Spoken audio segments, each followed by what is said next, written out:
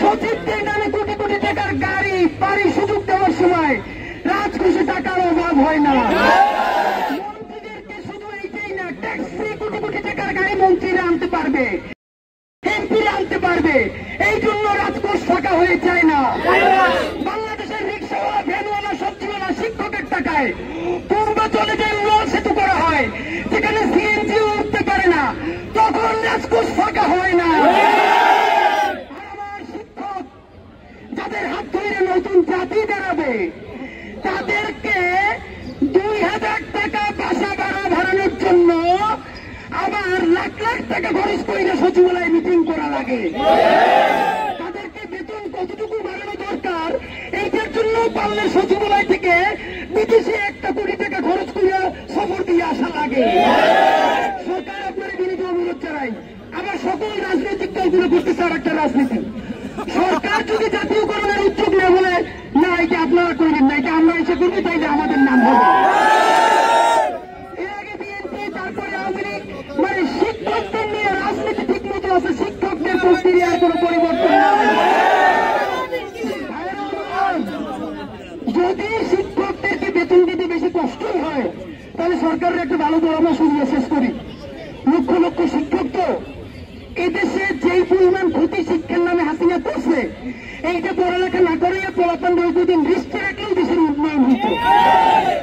আবার দেখেন, শিক্ষকদেরকে আর একটা কথা বলি, ইউনো অফিস, জেলা অফিস থেকে শিক্ষকদের নামে বিভিন্ন ট্রেনিং আসে, আইসিটি ট্রেনিং। এই সেই 7 দিন ট্রেনিং গেলে 10,000 টাকা পাবে। কেউ বলে না যে এই 10,000 টাকা ট্রেনিং এর জন্য উপজেলা শিক্ষক বিচারের প্রত্যেক শিক্ষকের 2-3 হাজার টাকা করে আবার ঘুষ দেওয়া লাগে। আপনারা কেউ সামনে স্বীকার করবেন না, কিন্তু কথা সত্যি। সেই ট্রেনিং এর জন্য প্রথম দেওয়া লাগে উপজেলা শিক্ষক বিচারের অ্যাসিস্ট্যান্ট 1,000। তারপরে এটা এখন আর টাকায় না, এখন আর পার্সেন্টেজ। তোলা 2 গ্রামের এখন আবার কেমন হয়েছে, যাবে শিক্ষক একটা উপজেলা নিয়ে 10 জন, এখন 10 জনই বলছে ঠিক আছে আমি 2,000 টাকা করে দিব। তখন নিলাম হাঁকায়, কিরম নিলাম, যে তার পুরো যে টাকা পাবে তার থেকে যত পার্সেন্ট বেশি দিবে তাদেরকে তারা নাম পাঠাবে। এই কইরা এখন আফসোসটা বলি, সচিবদের এই নিয়ে কোনো দুঃখ নাই, সামরিক বাহিনীর নাই, রাজনীতিবিদদের নাই। কারণ বাংলাদেশের আমলারা, বাংলাদেশের সুশীল সমাজ, অন্যান্য সবাই কারো সন্তান ইউনিয়নে, উপজেলায়, জেলার বেসরকারি শিক্ষা প্রতিষ্ঠানে পড়ে না। এই শিক্ষকের ভ্যাট ট্যাক্সের টাকায় তার বাচ্চা পড়ে ইংলিশ মিডিয়ামে অথবা প্রাইভেট বিশ্ববিদ্যালয়ে। আর একটু বড় হইলে তারা আমেরিকা, কানাডা, অস্ট্রেলিয়া, মালয়েশিয়া পাঠিয়ে দেয়। সুতরাং তার তো কোনো আফসোস নাই। সরকার বাহাদুর, আল্লাহর ওয়াস্তে আপনারা তো বেশ কিছু ভালো কাজের উদ্যোগ নিছেন। এই দাড়ি পাকা শিক্ষকরা অল্প কয়েকটা টাকা বেতন বাড়ানোর জন্য এই যে আজকে কাউকে এখানে আছে, এদের 90% এদের বাড়ি থেকে টাকা ধার করে এই প্রোগ্রামে প্রতিবার টাকা ধার করে আসার সময় বলে এবার দাবি আদায় হবে, আর সমস্যা নাই। কোনদিন দাবি আদায় হয় না, এখন তাদেরকে মানুষ টাকাও ধার দেয় না। যদি দেশ বাঁচাইতে চান, শিক্ষা বাঁচাইতে হবে। শিক্ষক না শিক্ষা বাঁচবে।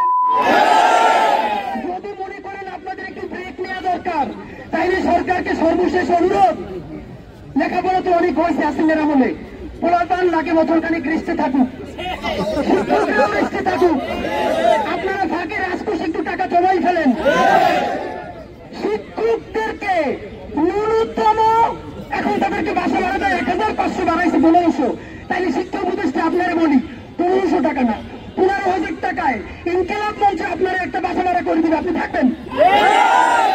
15,000 টাকা বাসা ভাড়ায় আপনি এখন এবং পর্যন্ত থাকতে পারেন, তাইলে আমাদের শিক্ষকদের কোনো সমস্যা নেই।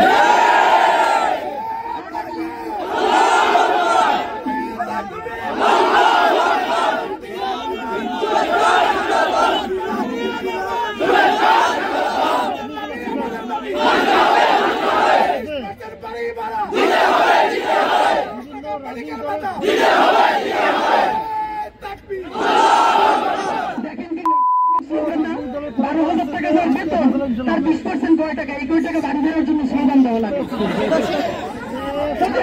15,000 টাকা যার বেতন, সেই 15% টাকা চায় ওষুধের জন্য। এইটা আবার দেশে স্লোগান দিয়ে আদায় করা লাগে। ন্যূনতম ন্যায্য অধিকার আপনাদেরকে আদায় করে নিতে হবে। আপনারা কোন রাজনৈতিক দলের পকেটে ঢোকেন না, স্বতন্ত্র করবেন, স্বতন্ত্র বাংলাদেশ আপনাদের সাথে থাকবে ইনশাআল্লাহ।